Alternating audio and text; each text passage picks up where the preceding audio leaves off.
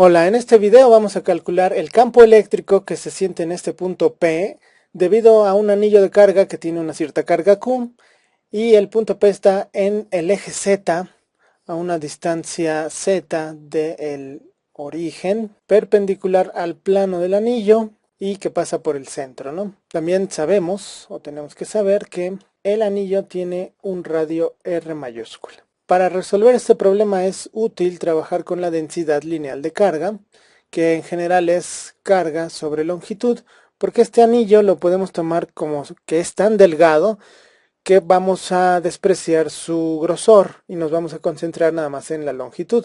Así que esto es la cantidad de carga que tiene el anillo y como es circular, la longitud es el perímetro del círculo que es 2pi por el radio de este aro, ¿no? Entonces, lo que hacemos primero es dividir el anillo en pequeños pedacitos. Por ejemplo, aquí vamos a tomar un pequeño pedacito que tiene de largo ds y que tiene contenida aquí una pequeña cantidad de carga de Q, ¿no? Sumando podemos ir dividiendo todo el anillo en pequeños pedacitos, cada uno con una cierta cantidad de carga de Q, y sumando toda la carga nos tiene que dar Q, ¿no? Ahora, como la densidad de carga indica cómo está repartida la carga en todo el anillo y el problema dice que es una carga homogénea, entonces no hay más carga de un lado que del otro, sino que está igualmente distribuida y la densidad lineal para este pequeño pedazo pues tiene que ser la misma densidad que para todo el anillo, así que también se cumple que esta densidad es dQ entre ds o que la pequeña cantidad de carga que tenemos aquí es igual a lambda, la densidad lineal, por ds, el largo que tiene este segmento del anillo. Entonces lo que voy a hacer primero es ver este pequeño segmento del anillo, qué campo eléctrico genera en este punto. Bueno, aquí para empezar sé que el campo eléctrico va a ir a lo largo de la línea que une a dQ y al punto P. Y como estoy considerando que esta carga es positiva, y que la carga prueba que pongo en P también es positiva, pues mi campo eléctrico va a ir en esta dirección. O sea, cualquier carga positiva que ponga aquí se va a sentir repelida debido a dQ que también es positiva. ¿Cuánto vale DE, que es un vector? Pues como el pequeño pedacito de Q es casi como si fuera un punto, casi como si fuera una carga puntual, usamos la definición de campo eléctrico, que es la constante de Coulomb por la carga de Q entre R cuadrado es la distancia que hay aquí de dQ a P al cuadrado, y por el vector R unitario que va desde dQ en la dirección hacia P y que vale 1, por eso es unitario, ¿no? Este vector nos sirve para indicar la dirección del vector campo eléctrico. Si yo quisiera saber cuál es el campo eléctrico total de todo el anillo, pues lo que tengo que hacer es sumar para todos los pequeños campos eléctricos que van generando estos pequeños segmentos del anillo. Antes de hacer eso, vamos a ver esto a qué es igual. D va a ser igual a la constante de Coulomb por dQ, y en vez de dQ vamos a trabajar con la densidad lineal, lambda por ds, porque no sabemos en realidad cuánto vale dQ, pero sí podemos saber cuánto vale lambda. Entre la R cuadrado y la R cuadrado, si nos fijamos aquí, es la hipotenusa, la R, de un triángulo rectángulo que va de dQ a P a 0. Este es 0. Entonces, siguiendo el teorema de Pitágoras, la R cuadrado vale un cateto al cuadrado más el otro cateto al cuadrado. Un cateto es Z y el otro cateto es el radio del anillo. Antes de empezar, bueno, y con el vector R unitario, ¿no? Pero bueno, antes de empezar a trabajar integrando esto para sacar el campo, podemos darnos cuenta de algo que nos dice la simetría del problema.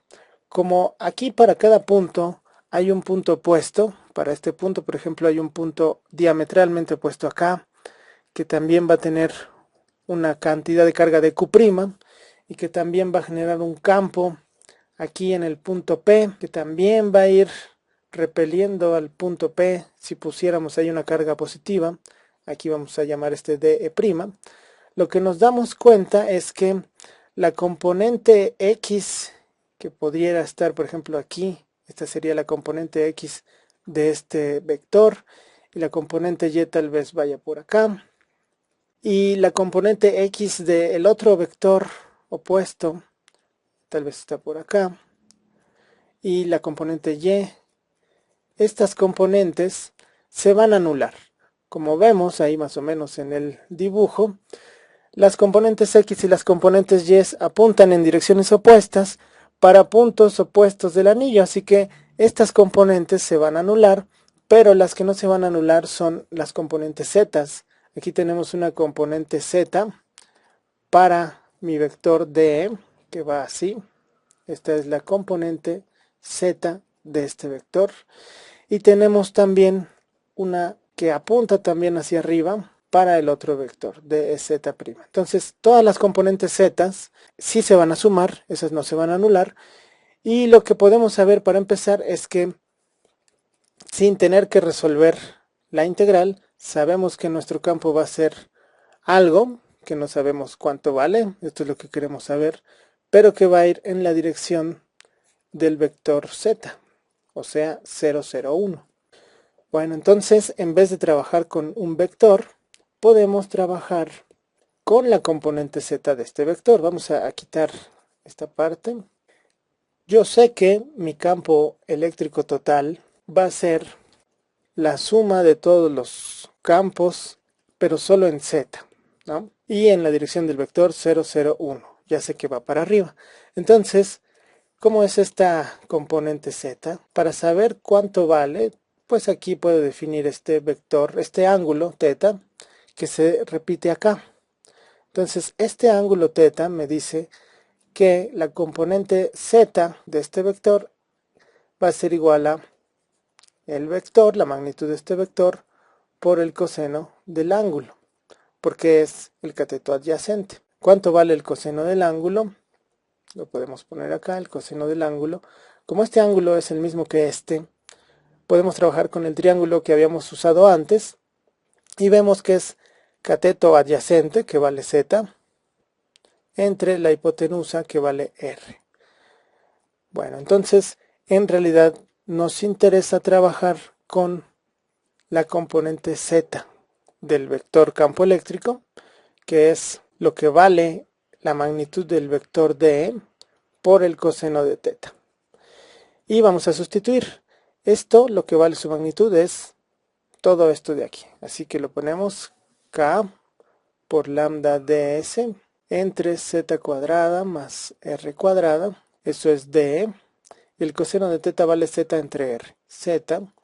Y de una vez sustituimos la r, que vale z cuadrada más r al cuadrado a la 1 medio, por el teorema de Pitágoras. Lo podemos escribir un poquito mejor. dz va a ser k por lambda por z por ds entre z cuadrada más r cuadrada a la 3 medios, porque esto es 1 más 1 medio. Y si yo quiero saber mi campo total, tengo que integrar esto, que equivale a integrar esto. Bueno, aquí está la integral que hay que hacer, pero hay que tener cuidado, siempre saber qué es lo que estamos integrando, ¿no? Estamos sumando, y lo que estamos sumando es la longitud de este pequeño pedacito, la vamos a ir sumando hasta que recorramos todo el anillo completo. Eso es esta ds. La z no se está moviendo, la z no es variable, la z está fija aquí en el punto P, en la altura del punto P, y yo decido dónde poner el punto P, pero en cuanto lo pongo está fijo, ¿no? La R y la otra R, pues estas ya están fijas también. Este es el radio del anillo y la R depende de dónde esté P, ¿no? Pero en cuanto conozco P, pues ya sé dónde está R, ¿no? Así que toda esta integral equivale a sacar todo de la integral menos ds. Entonces tengo aquí todo fuera de la integral, z cuadrada más r cuadrada a la 3 medios, y nada más me queda la integral de ds. Lo que me está diciendo esto es sumar todos los pequeños pedacitos del anillo hasta que genere todo el anillo, y eso al final me tiene que dar el largo del anillo, así que esto tiene que ser el perímetro 2πr. Así que tengo k por lambda z 2πr entre z cuadrada más r cuadrada a la 3 medios. Eso es mi campo total. Ahora yo sé que la densidad lineal lambda es la carga total del anillo entre 2πr, así que la carga total es lambda por 2πr. Eso es lo que tenemos aquí, lambda por 2πr, así que el campo es K por lambda 2πr es la carga, lo ponemos como la carga, por z, entre lo mismo que teníamos, z cuadrada más r cuadrada a la 3 medios. Y si recordamos por último que la constante de Coulomb es 1 entre 4pi epsilon 0, pues podemos poner nuestro campo eléctrico como 1 entre 4pi epsilon 0, que es esta K, por la carga Q, por la Z, entre Z cuadrada más R cuadrada a la 3 medios. Esto es la magnitud del campo eléctrico que genera todo el anillo en el punto P que está a una altura Z. Si yo quisiera saberlo como vector, pues es fácil porque el diagrama nos dijo que va en la dirección Z positiva, así que mi vector sería simplemente poner todo esto en la dirección Z positiva. Y bueno, nada más para analizar un caso interesante. ¿Qué pasa si yo me voy muy lejos arriba sobre el eje Z? ¿Qué pasa si este punto P está muy arriba, lo que hace que esta Z, esta distancia aumente y sea mucho más grande que el radio R? ¿Cómo va a ver el punto P al anillo que está muy abajo, muy lejos? Bueno, si Z es mucho mayor que R, entonces esta parte de aquí es parecida a simplemente z cuadrado a la 3 medios, porque z va a ser mucho mayor que r, z cuadrado mucho mayor que r cuadrado, entonces vamos a tener que nuestro campo va a ser más o menos 1 entre 4pi epsilon 0 por q por z, y abajo vamos a tener z al cuadrado a la 3 medios, que es z al cubo, y eso es básicamente 1 entre 4pi epsilon 0 por q entre z cuadrado, que es el campo eléctrico debido a una carga puntual. Entonces, si estoy muy lejos en el eje Z, ya no distingo que lo que me está generando el campo eléctrico es un anillo y simplemente lo veo como una carga puntual.